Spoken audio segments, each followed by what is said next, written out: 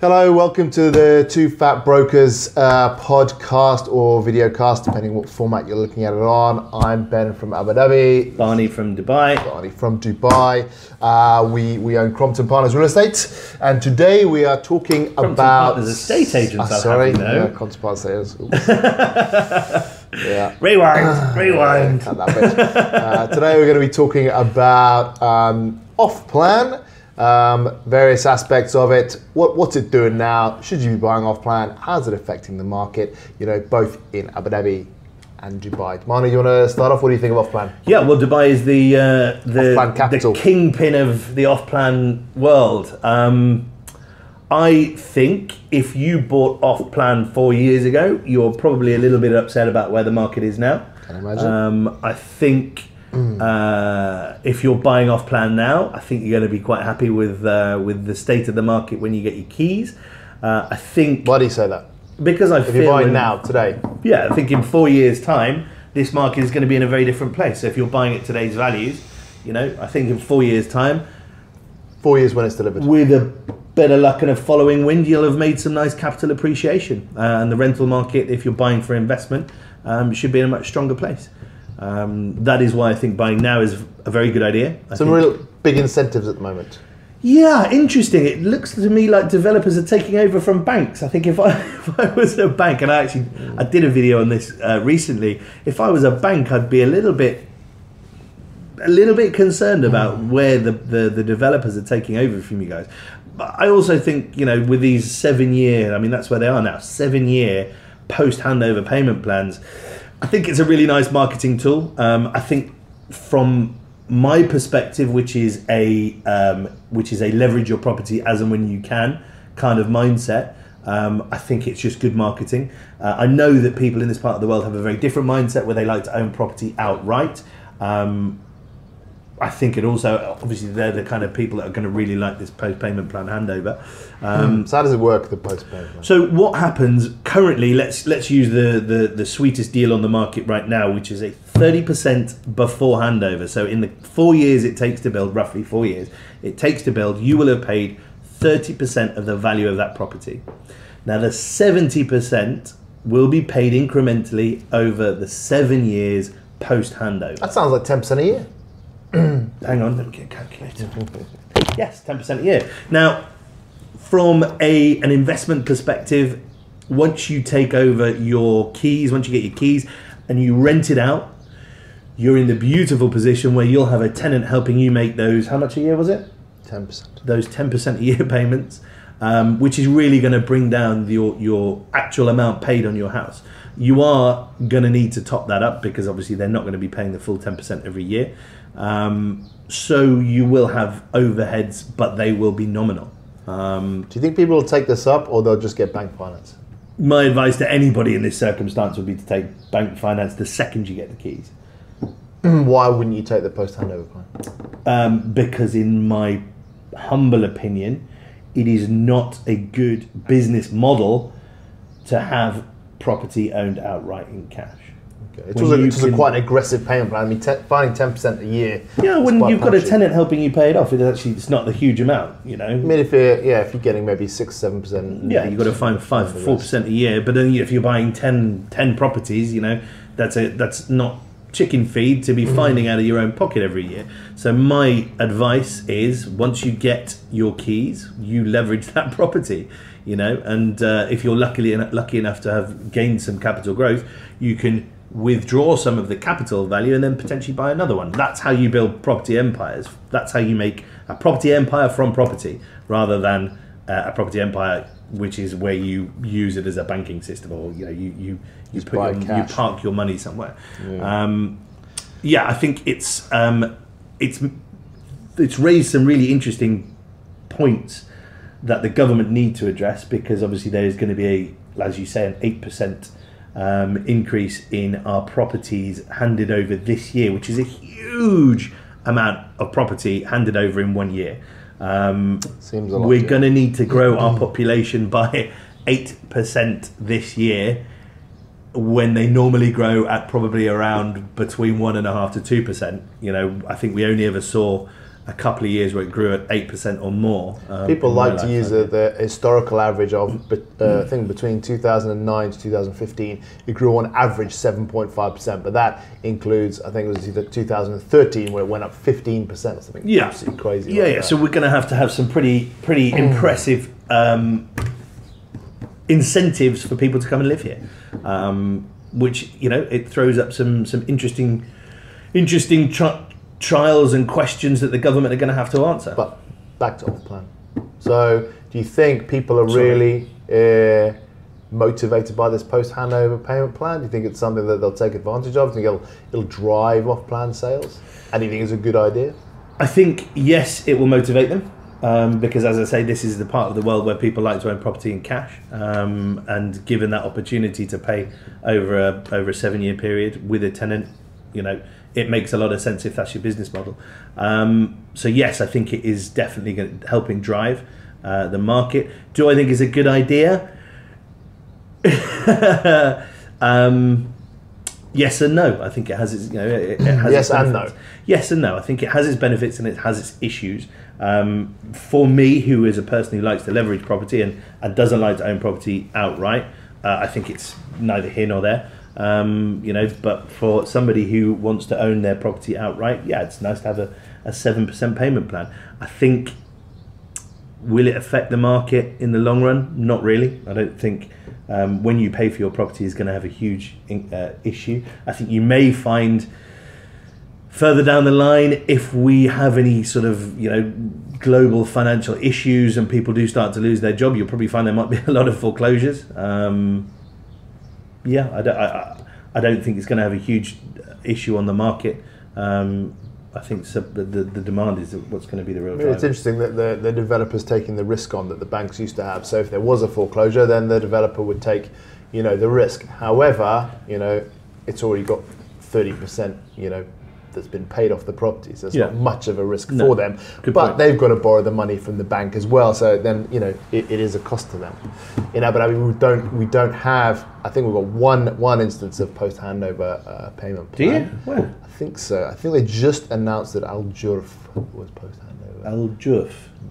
Yeah. It's between Dubai and Abu Dhabi, an amazing development in Sheikh Zayed's Old Sea Palace. So it's on the water, and it's you can either buy a plot or plot with a villa on, and it's off plan at the moment. It's like a very nice second home. Private developer or? Yeah, Imkan is the developer. Okay. But for Abu Dhabi, there's not much being launched off plan at the moment, because the only people who can launch off plan are developers with a reputation. So we've got a lot of developers with no reputation, or they launched off plan in 2008 and you know, got their fingers burnt. So the only guys launching off plan really at the moment are Aldar. In the past we've had Bloom, and currently we've got Imkan. Bloom Holdings, they are a pretty big hospitality, education and property conglomerate. Are they new to property? Because I've not heard No. They're big. Well, they've just launched 2 schools in Dubai, an American school and a British school, I think back to back. I can't quite. They're probably called Bloom School, I would imagine. No, then it's a famous brand of schools. I want to say Duke, but I think that's wrong. No, Dwight. They launched the Dwight School. Yeah, and it's not famous in the UK, Dwight. No, it's a US school. Okay, maybe New York, something like that. Okay. Yeah. So in Abu Dhabi, we don't have a lot of off-plan launches, and actually, people are not, you know, people worry about buying off-plan. It's a risk, you know. In Dubai, you've got a lot more household names: Azizi, Damac, Tiger, Miras, Nakheel, Imar. You know, you've got a lot of those household names that we don't have in Abu Dhabi. We don't have a very deep, you know, pot of experienced sub-developers. So at the moment, the only guys who are actually selling now off plan are Aldar, Bloom, Imkan, Reportage. So do you think what do you think about these post handover payments? Now they're starting to encroach. You know, I think for me it's a bit of a gimmick. I think 10% is heavy to pay per year for 7 years. So I think people think it's a good idea, and then they'll get the property handed over to them, and they'll just finance it, which I think is, you know, which is what developers are probably. Do you remember our conversation that we had in the car very briefly the other day? If I was a clever bank, what I would be doing? If I was, you never listen to me bank, anyway. no, that's true. If I was a clever bank, and this harks back to a video which I think will be being posted soon. If I was a clever bank, I would be talking to developers and I would be taking over people's payment plans. So the second a property is handed over, I will say to the owner of the property, I'm going to take over, I'm going to finance this for you. You know, normal financial parameters, you've already paid your deposit to the developer, blah, blah, blah. The bank would then say to the developer, I am going to take your payment plan and I'm going to pay it for you on behalf of the owner. So instead of the bank coming in and paying the full amount to the owner, the bank will incrementally pay that 10% a year to the developer. Meanwhile, the owner has financed his house. And as a bank, you're not required to fork out the full 70% to the developer at any one time, because I can't imagine that a developer is offering a 7-year payment plan without having done their due diligence on it and said, what if these guys actually take us up on it, and actually all of them only pay us all of them pay 70% over 7 years. You know, that must be built into their forecast. So if a bank takes it, or a developer or an individual takes it, makes no odds to them. So a clever bank, and if they really wanted to be super clever, they would also only charge the interest on the amount they lend to the developer.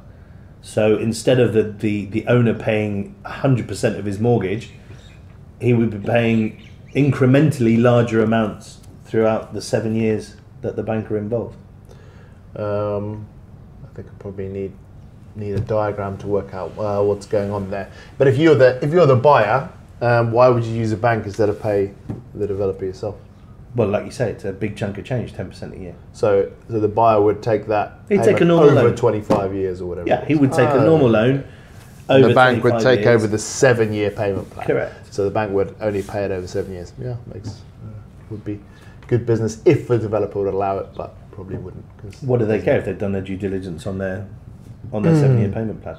They're getting their money. Well, over if they 7 years. allow it, they get it over 7 years. If they don't allow it, then the guy needs finance anyway. Then they get it. Yeah, I mean, from a developer's perspective, I'm sure they would rather have their money straight away, right?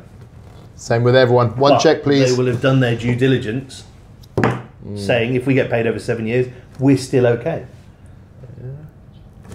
That to me would be Or they've done their due diligence and said, no one's going to take us up on this. And it's just or maybe only 20% will have taken us up on it, and Yeah. we need that 20%. Yeah, look, it's true. It's just a little machination I had whilst I was driving along. But you said in one of our other videos that you're seeing there's still quite a few launches going on at the moment, that off-plan is still...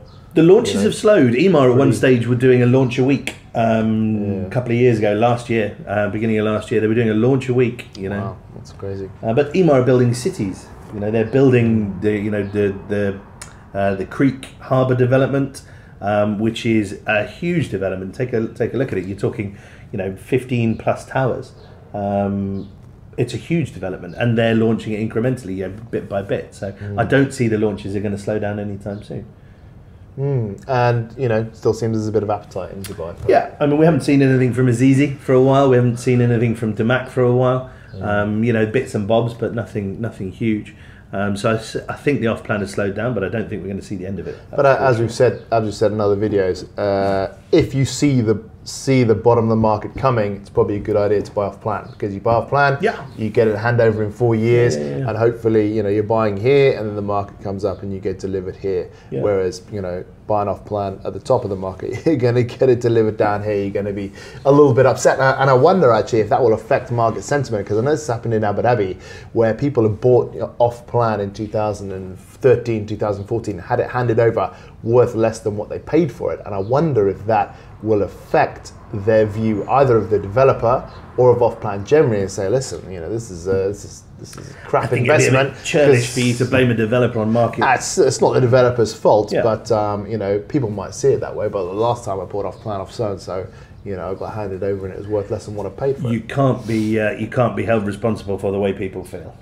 And another really interesting point, which I think we bypassed in Abu Dhabi, was if you buy off plan and your property is delivered at worth less than what you paid for it, and the bank comes in and says, well, actually, we're valuing this at less than what you paid for it, you might then have to add in a chunk of equity to be able to get your 75% financing. Yeah, it depends now, on I think how in much Abu you paid Dhabi so far, right? they did some kind of where the banks just said, okay, we'll value it at what you bought it at, because when you buy off plan, it should be at a discount, right?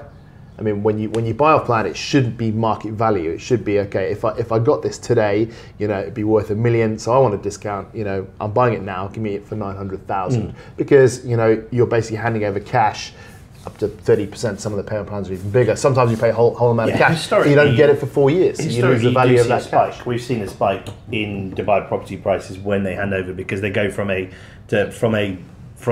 off plan to a real hard asset. Yeah, because it's de-risked basically. Once you buy it off plan, you've got the risk of non-delivery.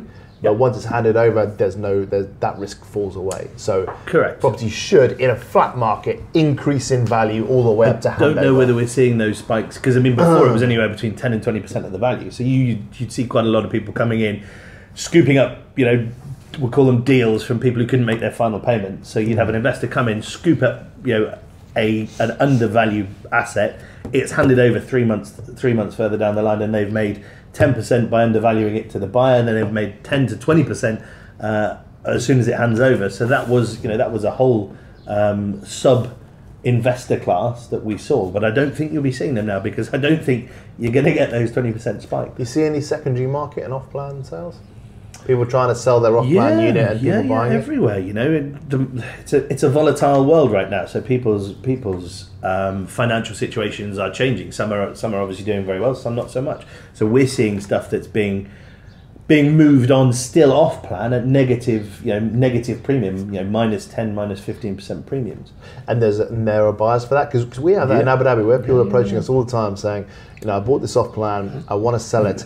But trying to find a buyer for something like that is incredibly difficult. People are happy to buy, you know, on launch direct from the developer. Yeah. But actually in the secondary market, even if they're getting a discount, it's a real struggle to find people, you know, willing to drop that 30% or whatever it is, you know, that they're going to pay. No, well, so I think it's a different thing here because of these handover, these payment plans. When they came in, so now you're getting people who have no real payment plan. You know, they are on their, you know, 40-60, so 40% before handover, 60% on handover. People are looking at that and going, well, I can get a better payment plan if I buy off plan. So those guys who've got no payment plans, they're struggling. But if you can come in and you can take someone's payment plan, take over someone's payment plan, then you have more of a chance of selling it. But then you've also got to factor in the fact, okay, how much has this guy paid already? You know, if he's paid 50%, I've got to find 50% for this off-plan property. Yeah. You know, and then I'll take over whatever of the payment plans he's got. Whereas they look at other things and they go, right, I can get in at, you know, 10,000 dirhams right now and find, you know, the rest over the next 4 years. It's more attractive. So depending on how deep they are in their payment plan is how easy you'll find to sell. Yeah, that's interesting. Do all developers allow you to take over their payment plan? No, there's some in Abu Dhabi who don't. I've not encountered a developer that doesn't. No, at the end of the day, they want to get paid, and if someone's selling, you know. Yeah, it's quite an incentive if you're a buyer to be able to transfer your payment plan to someone else if your circumstances change. So I think you actually still do with EMI. You need to have paid a certain amount before you can sell it, and you've got to pay your Okud, which is your. I think is it 30% by law? I don't know, to be honest with you. It may have changed. I wouldn't want to go on record and say, but I know you have to have paid your Okud.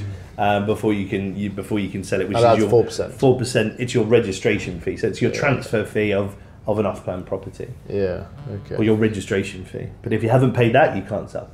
Yeah. Okay. All right. Thank you very much. You've been listening to, and if you're very unlucky, watching TwoFatBrokers, and today we were just talking about off-plan. So thanks for being with us, and see you next time. Be good. Bye. Bye.